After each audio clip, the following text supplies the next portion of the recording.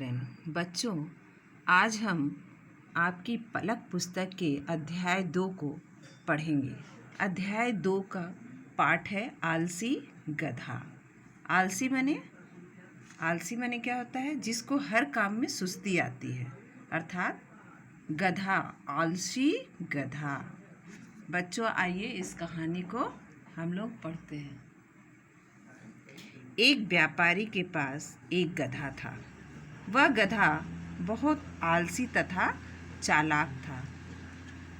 एक दिन उसके मालिक ने बाजार जाकर कुछ नमक बेचने की सोची। वह अपने गधे की पीठ पर नमक का एक बोरा रखकर बाजार की ओर चल पड़ा। जैसे ही वे दोनों रास्ते में नदी को पार करने लगे कि अचानक गधे का पैर फिसल गया और वह नदी में गिर पड़ा।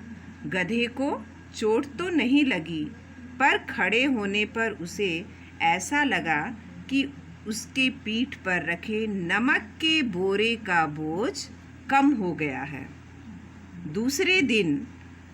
दूसरे दिन गधा फिर से नमक से भरा बोरा लेकर चल दिया। अब वह जानता था कि उसको क्या करना है। गधे को अब अपनी पीठ पर लदा बोझ कम करना था। अतः जब गधा और उसका मालिक नदी पार करने लगे तो गधा फिर से जानबूझकर नदी में फिसलकर गिर पड़ा। इस बार फिर से उसे अपनी कमर पर रखे नमक का बोझ कम लगने लगा। उसने सोचा, यह ठीक हुआ।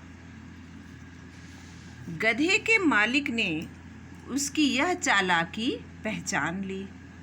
उसको बहुत क्रोध आया, क्योंकि उसके नमक के बोरे में से काफ़ी नमक बह गया था। उसने गधे को सबक सिखाना चाहा। तीसरे दिन गधे का मालिक गधे की पीठ पर रुई से भरा बोरा रखकर बाजार चल पड़ा। गधे ने सोचा कि फिर से उसको अपनी चाल चलनी चाहिए।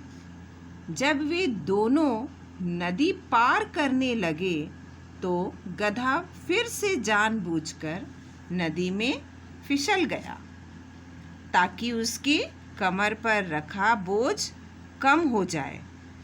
परंतु इस बार ऐसा नहीं हुआ।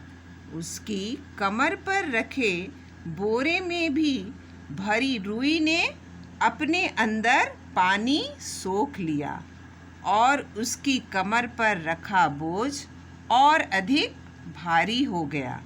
अब चालाक गधे को तो वह बोझ लेकर चलना ही था, परंतु अब गधे को समझ आ गया था कि यदि हम चालाकी करके काम को टालते हैं तो हम और भी अधिक परेशानी या संकट में फंस सकते हैं।